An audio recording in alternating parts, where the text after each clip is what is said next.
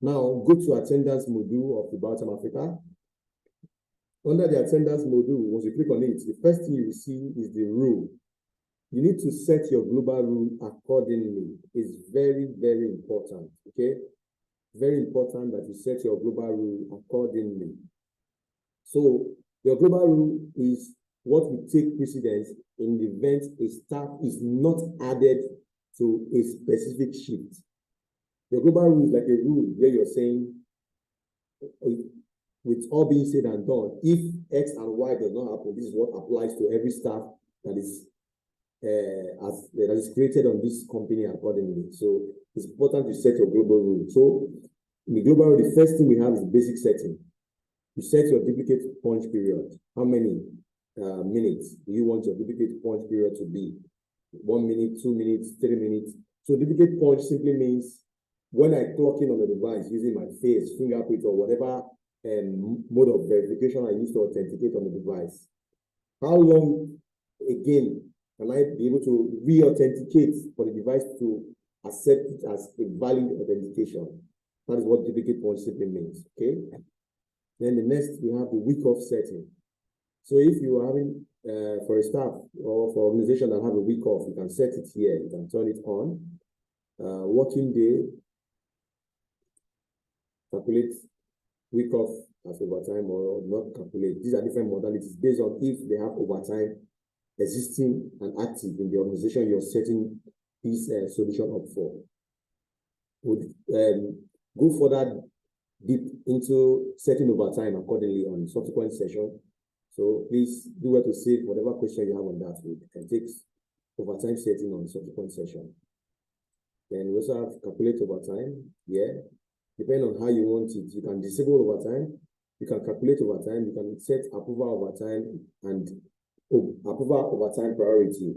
These are the different overtime rules that you want to apply. Okay, so calculate overtime is the most commonly used one. Calculate overtime means in view of how you want your overtime to work. So just a quick look into overtime.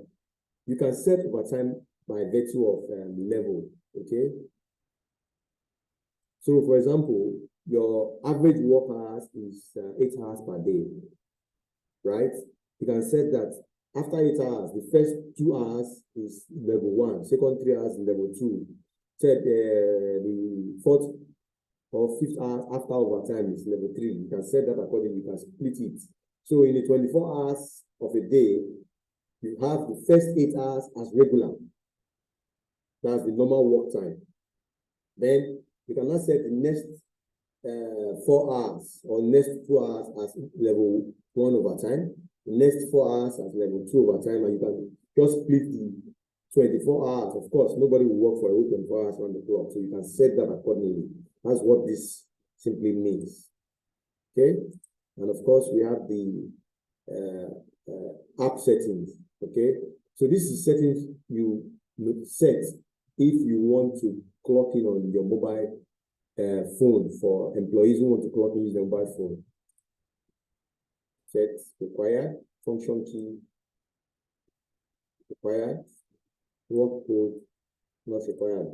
You set it to meet your preference accordingly. Okay, so with that being done, let's now go back to calculation setting. Very important. That's calculation setting we are going to be looking at. So we have when lateness exceeds 480 minutes, consider as what? So these are just different rules. So for example, if you have a typical example of say you work 8 hours per day, so that simply means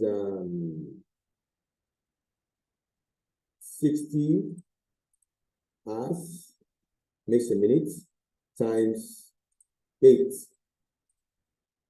That is 480. So that means you have 480 minutes of work per day for normal work. Okay? So if we put 480 here, and we say once lateness exceeds 480 counts absent. If it is more than once, someone is more than one absent as once, or we can start with once lateness exceeds, let's go with 240.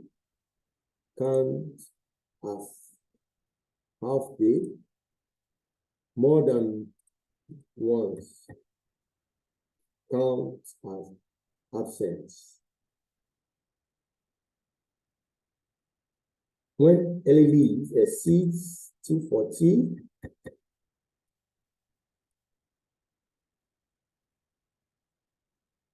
count as half day. More than one, count as absent.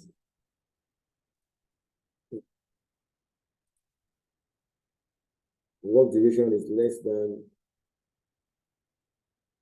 270 hours, count as half day. Calculate missed check-in as what? Did I set as absent, incomplete, or half day? Most times I prefer setting it as incomplete. Calculate missed checkout as incomplete. So what that simply means is that if someone forgets to check out, is incomplete. You show missed checkout or missed check-in. Okay, so that's what that simply means. So it's always best to set it as incomplete so that you don't get it mixed up. So that way, if for example a staff head out of the office and is on a site visitation or to see a client and is unable to come back to the office and clock in, you can now raise an exception for him. That is why I usually set this as incomplete whenever I'm doing a configuration for a client. Then we have this calculation over time. These are default. You don't need to change this. And of course, your leave calculation and start date. We'll explain this in subsequent session. So one that has been appropriately set, you save. So now we have our global rule set. It applies to everyone working in this organization. So the next thing we need to do is go to our shift module.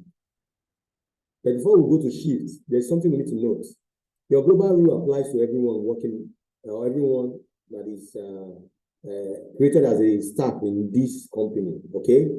But if, for example, you have in this organization, you have specific departments that have unique parameters that governs their shift, you can set different rules to apply to different departments, okay? So I just need to say, for example, let's assume we have IT department that has a unique rule, unique time, unique shift, unique overtime that applies to them. You can set that accordingly. For test sake, I call these test ERD.